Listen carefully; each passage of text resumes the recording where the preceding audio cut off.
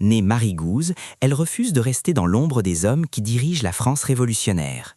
En 1789, la Déclaration des droits de l'homme est proclamée, mais elle oublie totalement les femmes. Olympe de Gouges refuse cette injustice et décide de prendre sa plume pour riposter violemment. En septembre 1791, elle publie la Déclaration des droits de la femme et de la citoyenne.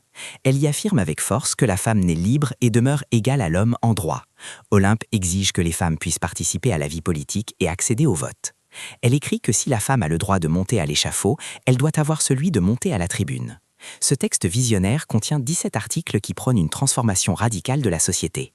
Mais Olympe de Gouges ne limite pas son combat héroïque aux seuls droits des femmes françaises. Elle est l'une des premières à dénoncer avec horreur l'esclavage pratiqué dans les colonies.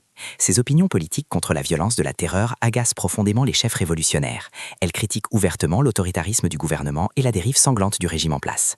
Considérée comme une traîtresse à la République, elle est arrêtée brutalement en juillet 1793. Son procès est une parodie de justice et elle est condamnée à mort pour ses idées subversives. Le 3 novembre 1793, elle est exécutée sur la place de la Révolution à Paris. Ses derniers mots sont un appel à la postérité pour que son sacrifice serve la liberté. Longtemps effacée des manuels scolaires, elle est devenue une icône mondiale du féminisme moderne. Son héritage résonne encore plus fort en ce dimanche de célébration internationale pour nos droits. Honorons son courage exceptionnel en continuant de défendre l'égalité pour chaque citoyenne du monde. Abonne-toi pour honorer l'histoire.